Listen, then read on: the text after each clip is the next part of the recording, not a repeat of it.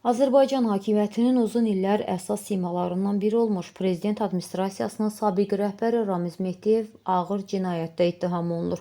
Mehdiyev son illərə qədər istər dövlət idarəçiliyi, istər yüksək vəzifə təyinatları, istərsə də parlament seçkilərində əsas söz sahiblərindən biri olub.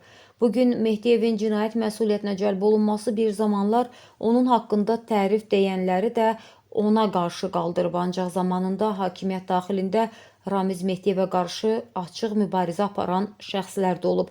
Bir xəbər media Modernaza istinadən həmin şəxslərin kimliyini dəqiqləşdirməyə çalışıb.